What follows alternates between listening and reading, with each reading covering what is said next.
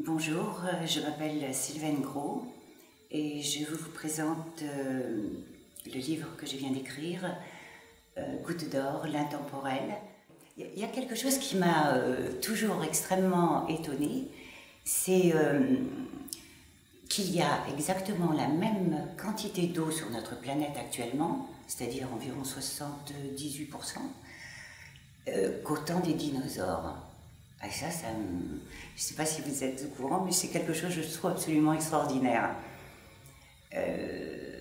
C'est comme si nous vivions dans un immense aquarium et que nous avions tous la responsabilité de le maintenir propre, afin qu'il puisse durer encore une éternité, et ceci bien sûr grâce à un recyclage savant. Il ne faut pas oublier qu'il reste en ce moment 3% d'eau potable uniquement. En quoi votre livre est-il le fruit de cet étonnement? Pour rendre peut-être l'importance à cette eau qui est une grande généralité, il m'a semblé amusant de prendre juste une goutte d'eau, de la personnaliser et de la suivre de sa naissance, de ses origines, donc à toutes ces transformations, à toutes ces rencontres, jusqu'à un but final. Alors, elle est née bien sûr de la chaleur dorée d'un rayon de soleil qui l'a séparée de son glacier paternel.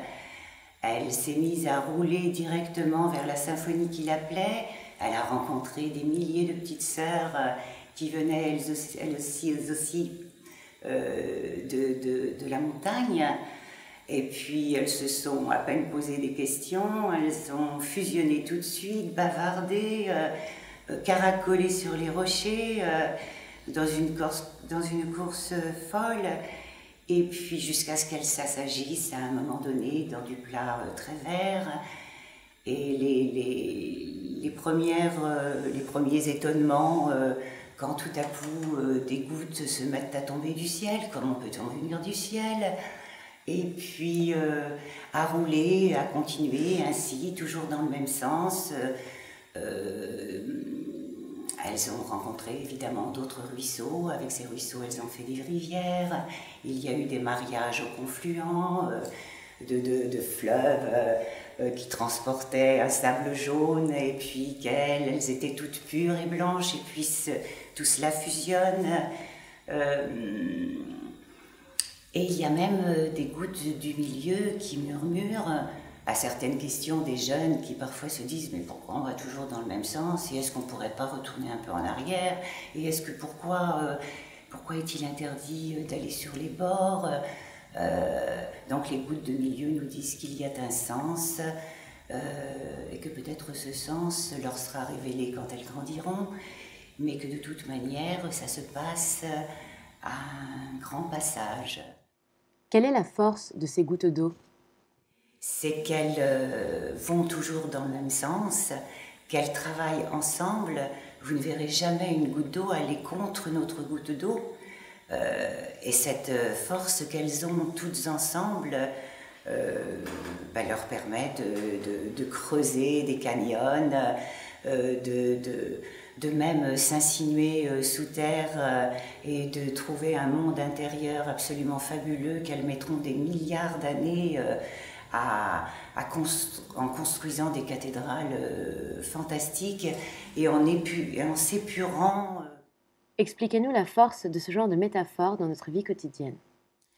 Dans certaines circonstances de la vie, une métaphore de ce genre peut donner beaucoup de dynamisme, d'espoir, de vitalité.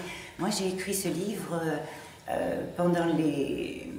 j'ai commencé pendant les derniers moments de vie de ma maman.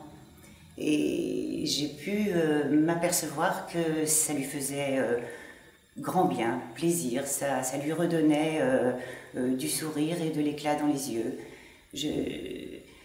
Il me semble que parfois, sans croyance spécifique ou sans entrer dans des religions ou je ne sais quoi, simplement de regarder la nature, de juste voir comment